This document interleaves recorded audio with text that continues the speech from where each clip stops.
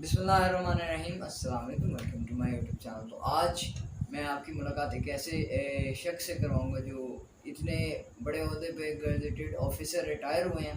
तो इनसे हम मिलेंगे, इनसे हमने बहुत मुश्किल से टाइम दिया, तो इनसे हम मिलते हैं और बातचीत का सिलसिला शुरू करते हैं।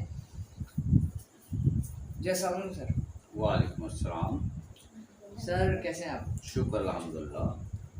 सर आप किस गांव से ताल्लुक़ रखते हैं?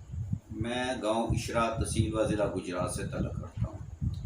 तो सर आप ये बताएं कि आपने अपनी जो तालीम थी वो किस तरह से हासिल की, क्योंकि इतना बड़ा ओहदा बगैर तालीम के तो हासिल नहीं किया जा सकता। मैंने पैदल चल के स्कूल से मैट्रिक किया और मैट्रिक में स्कॉलरशिप हासिल किया। उसके बाद मैंने रसूल कॉलेज से डिप्लोमा ऑफ एसोसिएट इंजीनियर किया विद डिस्टिंक्शन। और उसके बाद मैंने बतौर सब इंजीनियर महकमा ज्वाइन कर लिया। और फिर मुझे पढ़ने की बहुत ज़्यादा दिलचस्पी थी, लगन थी कि मैंने कुछ बनना है, ये इस ओहदे से मैंने तरक्की करनी है, ऊपर जाना है। तो मैंने फिर बीटेक पढ़ाई के दौरान ही मैंने बीटेक किया, फिर बीटेक ऑनर्स किया और उसके बाद फिर ये मैंने महकमाना इम्तिहान भी पास किया।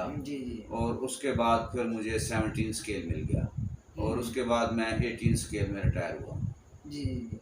तो सर्विस के दौरान कोई काम वगैरह तो नहीं किया, एक्स्ट्रा काम या कोई जॉब वगैरह एक्स्ट्रा? नहीं, एक्स्ट्रा जॉब नहीं किए, लेकिन सर्विस में बहुत काम किए हैं। मैंने 2-3 डैम बनवाए हैं और नहरें बनवाई हैं, नहरों को पक्का किया है, आउटफॉल बनाए हैं, हेडवर्क्स पे काम किया है, यानी कि काफ़ी ड्रेन्स में काम किया है, रिवर्स पे काम किया है। तो शुक्र अल्हम्दुलिल्लाह, काफ़ी जो टिपिकल प्रोजेक्ट थे, बहुत ज़्यादा मुश्किल प्रोजेक्ट थे, वो अल्हम्दुलिल्लाह बखैर खूबी उनको अंजाम दिया है। तो सर आपको रिटायर हुए कितना अर्सा हो गया? मुझे रिटायर हुए 3 साल हो गए हैं। तो सर इन 3 सालों में आपने क्या किया? मतलब आप घर में रहे या आपने कोई काम भी किया? नहीं, मैं घर में रहा हूँ, अपना घर बनाया है और एक घर और छोटा सा बनाया है, वो मैंने रेंट आउट कर दिया है। तो आजकल मैं फारग ही हूँ। जी। तो सर आपने कोई बिजनेस की तरफ नहीं आने का सोचा, क्योंकि आम बंदा बड़े बड़े बीमार हो जाता है इस तरह से? नहीं, बिजनेस मैं करूँगा अब थोड़ा बहुत, लेकिन ये है कि काफ़ी ज़िंदगी 40 साल मैंने सर्विस की है और बड़े काम किए हैं। जी। तो अब बेटे मेरे माशाल्लाह जवान हैं, अपना कारोबार करते हैं, अपना काम करते हैं।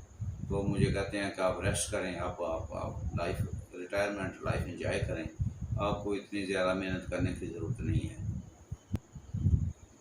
देखें जी, मैं बेसिकली गांव से तलक रखता था। तो गांव से जाना कॉलेज, उस वक़्त इतनी ट्रांसपोर्ट भी नहीं थी। सुबह जल्दी उठना, तकरीबन अजान के वक़्त उठना और फिर जाके क्लास लेनी, फिर हॉस्टल में रहना और वो कॉलेज का काम करना और तकरीबन हम 15-20 दिन बाद वापस घर गांव में आते थे। तो बहुत टफ लाइफ थी। और जब मैट्रिक हमने किया उस वक्त तो गांव में बिजली भी नहीं थी। हम लैलटेन जला के उसके मतलब साय में, उसके रोशनी में हम जो है ना वो स्टडी करते थे और अल्हम्दुलिल्लाह इतनी स्टडी करते थे कि हमने फर्स्ट डिवीज़न हासिल की है। और हम स्कूल भी जो जाते थे और स्कूल भी जाते थे तो पैदल जाते थे। आखिरी साल जो मैट्रिक में मुझे साइकिल लेके दी घर वालों ने, तो उस आम लोगों के पास साइकिल भी नहीं थी, वो हमने 2-3 मील सफ़र करके जाते थे।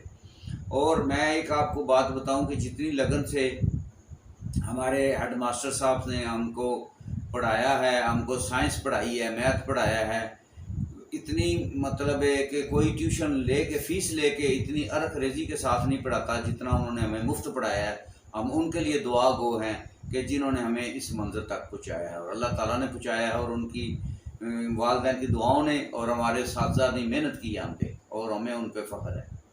तो सर जी आजकल के असातिज़ा तो वैसे नहीं है, उनके बारे में आपका क्या ख्याल है? मैं कह रहा हूँ कि तालीम को जो है ना वो एक इबादत समझ के पढ़ाना चाहिए कि हमारी कौम बन जाए। साथी को ये सोचना चाहिए कि हम आप एक कौम तैयार कर रहे हैं, जो हमारे तलबा हैं, ये नेक्स्ट जनरेशन हम तैयार कर रहे हैं। इनको पढ़ाएंगे, ये मुल्क की बागडोर संभालेंगे, मुल्क तरक्की करेगा, तालीम याफ्ता होगा, आगे बढ़ेगा। उनको इसको मिशनरी जज्बे के साथ पढ़ाना चाहिए। तो नाजरीन, ये रहा मेरा आज का इंटरव्यू। तो अगर आपको इंटरव्यू पसंद आया हो तो वीडियो को लाइक कर दें, चैनल को पहले तो चैनल को सब्सक्राइब कर दें और अगली वीडियो तक के लिए मुझे इजाज़त दीजिए। अल्लाह हाफ़िज़।